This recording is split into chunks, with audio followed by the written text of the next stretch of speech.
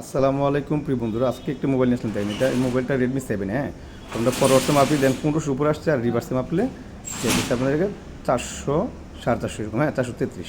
তো মোবাইলটা পাওয়ার আমরা মিটার জন মাপ দিয়ে কোনো শর্ট দেখতেছি, কিন্তু পাওয়ার সাপ্লাই লাগে দেখেন অটোমেটিক এম্পিয়ার নিচ্ছে আপনার 216 মতো অটো এম্পিয়ার নিচ্ছে। হ্যাঁ, তো আমরা এখন এই সমস্যাটা কীভাবে সমাধান করবো দেখেন। এগুলো এইসব সেট আসলে ঘাবড়ানি কিছু নেই। দেখেন, তো আমরা পাওয়ার সাপ্লাই লাগাই, যেহেতু অটোমেটিকলি এম্পিয়ার নিচ্ছে 200-র উপরে, তাহলে অবশ্যই এটা কোথাও না কোথাও গরম হবে। তো আমরা দেখেন প্রথমে একটু সেন্স করে দেখলাম যে কোথায় গরম হচ্ছে। হ্যাঁ, তো এদিকে এই সাইডে গরম হচ্ছে, চার্জিং এসি পাশে গরম হচ্ছে। তো আমরা সব স্টিল, এই জন্য মাদাবোর্ডের সব স্টিল খুললাম না, জাস্ট যেখানে গরম হচ্ছে আমরা সেই জায়গায় স্টিলটা আমরা খুলে নিলাম। হ্যাঁ, একইভাবে। তো দেখেন আমরা পাওয়ার সাপ্লাই মাইনাস লাগালাম, আর পাওয়ার সাপ্লাই দিয়ে আমরা ব্যাটারির টার্মিনাল প্রদীপে টাচ করতেছি। হ্যাঁ, দেখেন এখানে চার্জিং এসিটা গরম হচ্ছে সম্ভবত। দেখেন এই যে চার্জিং, আবার একটু রিকনফার্ম করি। আমরা রিকনফার্ম করার জন্য আমরা আবারও দোয়া থেরাপি দিচ্ছি।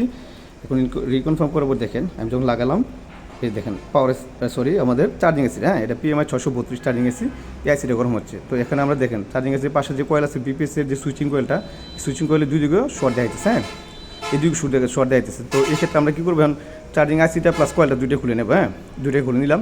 এরপর দেখেন এই সাইডে শর্ট দেখাচ্ছে, এদিকে মান দেখাচ্ছে না, কারণ এটা আইসিটা নাই এখানে, এই জন্য এইদিকে মান দেখাচ্ছে না। হ্যাঁ, মানটা দেখা রইল যান, এনে শর্ট দেখাইতেছে। তো এটা আমাদের বিপিএস পাওয়ার টোটাল শর্ট হয়ে গেছে। তো বিপিএস পাওয়ার আমরা যে জায়গায় যায়, পাওয়ার এসি আছে, চার্জিং এসি নেটওয়ার্ক এসি আছে, এরপরে আমাদের গ্রাফিক্স এসি, লাইটিং সব জায়গায় আমরা দোয়া থেকে দিয়ে দিলাম। হ্যাঁ, তো দেওয়ার পর দেখেন আবারও আমরা পাওয়ার সাপ্লাই নেগেটিভ লাগালাম, আর পজিটিভ লাইনটা দিয়ে আমরা ওই যে জায়গায় সুইচিং কয়েলে যে জায়গায় আমরা শর্টটা পাইতেছি, এই জায়গায় দেন এই সাইডটা আমরা শর্ট পাইলাম মিটারে, তো এই জায়গায় আমরা ভোল্টেজটা ইনজেক্ট করলাম। হ্যাঁ, তো এক্ষেত্রে 3.7 ভোল্ট আমরা দিলাম।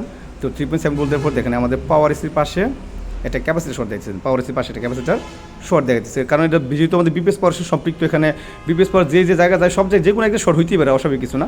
তো দেখেন আমরা এই ক্যাপাসিটার রিমুভ করার পর এখানে আমাদের মান পাইতেছি, যেহেতু আমরা মান পাচ্ছি তাহলে 100% শিওর যে আমাদের শর্ট রিমুভ হয়ে গেছে। হ্যাঁ, তো রিমুভ হওয়ার পর দেখেন আমরা আইসিটা কয়েলটা লাগানোর পর এখানে আমরা মাপ দিয়ে দেখবো যে আমাদের আসছে কিনা, মানে আমাদের ভ্যালু আসছে কিনা বা মানটা চলে আসছে কিনা। হ্যাঁ, তো আমাদের মান চলে আসে, তাহলে আমরা ধরে নেব যে আমাদের মোবাইলটা সমস্যার সমাধান হয়ে গেছে। তো এইসব আসলে ছোটোখাটো কাজগুলো বা আমাদের যে বিষয়গুলো আমরা যে কাজগুলো করে থাকি, যে ভিডিওগুলো আপলোড করে থাকি, এই কাজগুলো যদি আপনি শিখতে চান, তো এখানে আমাদের সুইচিং কয়েলে কিন্তু আমাদের মান চলে আসছে। তো এই কাজগুলো যদি আপনি শিখতে চান, অবশ্যই আমাদের সাথে কন্ট্যাক্ট করতে পারেন।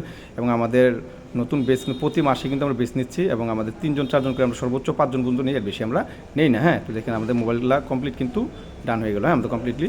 তো আজকে এই পর্যন্তই, ভালো থাকবেন, আল্লাহ হাফেজ। আমার চ্যানেলকে সাবস্ক্রাইব করে রাখবেন। আল্লাহ।